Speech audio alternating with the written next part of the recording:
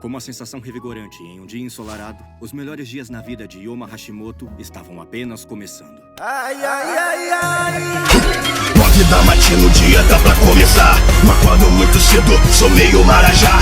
Batata doce, frango, logo de primeira. Prepara as marmitas, tá lotada a geladeira. Dá um pico de insulina e joga o hipercalórico. Vamos pro ginásio que hoje eu tô eufórico. Lança um pré-treino, 4, 5, 6 scoop. E abre espaço pra eu passar. Licença, me desculpe. Bonde dos pescoçudos, já tão no aquecimento. Olha só, carai, hoje eu já perdi meu tempo. Já botei minha mente em foco em uma puta estileira.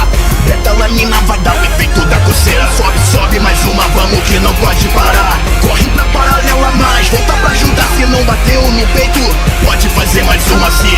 Faz de novo, se doeu, se acostuma. Equipe tá formada, só viciado no esporte. Suplementação pra animal de grande porte. No pós-treino minha chequeira tá como sempre lutada. É o whey, maltodota e outras paradas.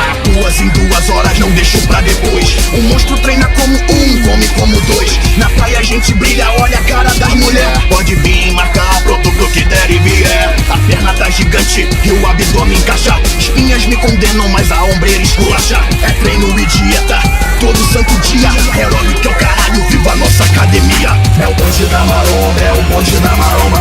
Bonde da maromba, é o bonde da maromba.